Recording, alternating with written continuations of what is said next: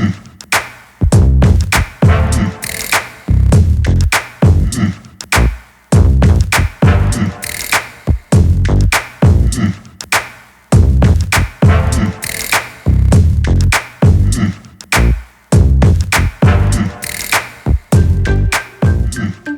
got into boxing from watching Bruce Lee and Jean-Claude Van Damme, at home. I never could sit still. Watching Bruce Lee and, in Enter the Dragon, he were my hero. I wanted to be just like him. He were in fantastic shape and he could do all the moves and the speed and everything. He excited me watching him, do the karate on TV. Obviously, when I did actually get into boxing more, I think it were Nigel Benn, Chris Eubank.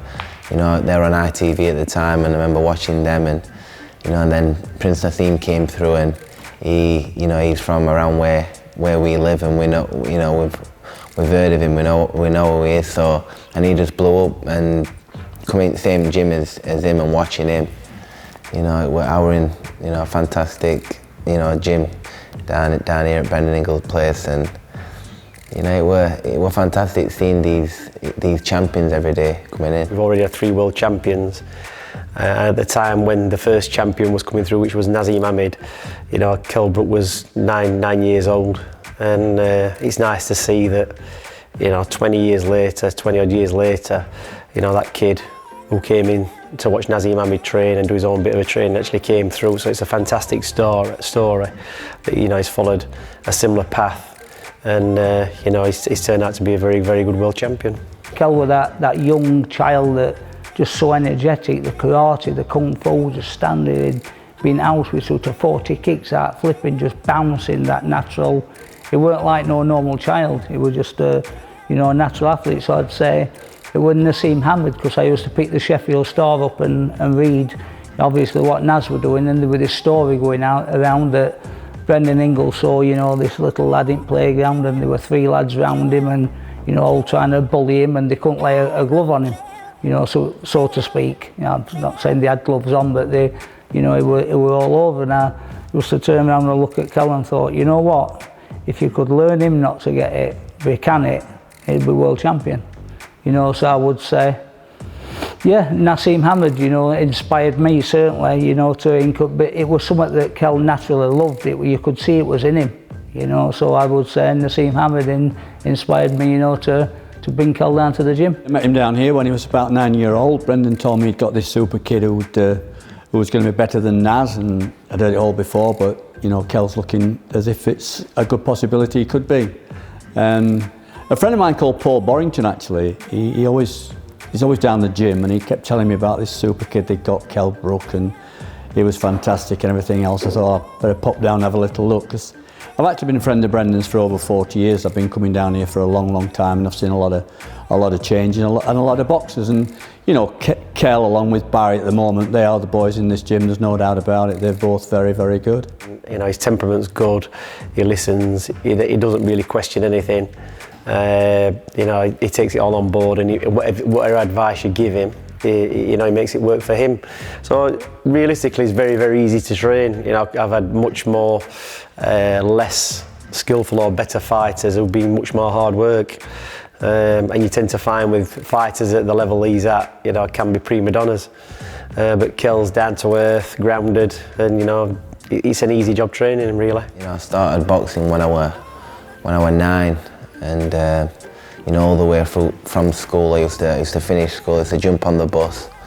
I used to grab my bag from my auntie Tracy's.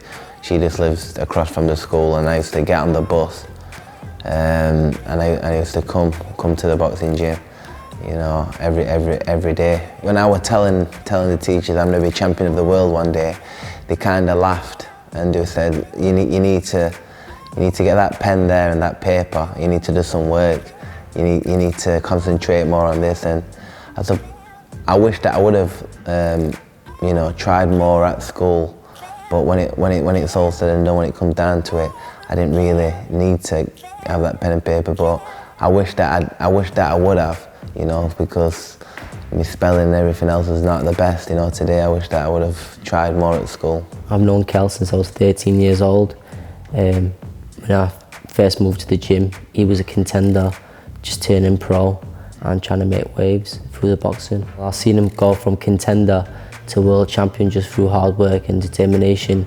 You know, he's been through a lot, and he's always seemed to stay on track no matter what. Me and Kel were both, we like to win, we don't like to lose at anything, it don't matter what it is. If it's a sprint, you know, if it's playing pool, if it's flipping heads or tails or whatever it is, we're born winners. It's good competition, you need competition like that in the gym. You know, it keeps you on your toes, and it always, you know, it gets you to that next level. From young, I always knew that, you know, he'd make it to them sort of levels, so I should think the potential to go pro would be 15, 16, you know, them sort of ages, you know, heading up to when you can actually turn professional at 18. I turned pro when I just turned 18, you know, just turned 18. I just won just before that, when I was 17, you know, I remember winning, you know, my final national title in the amateurs. You know, and as soon as I turned 18, I was ready for, you know, the pro game.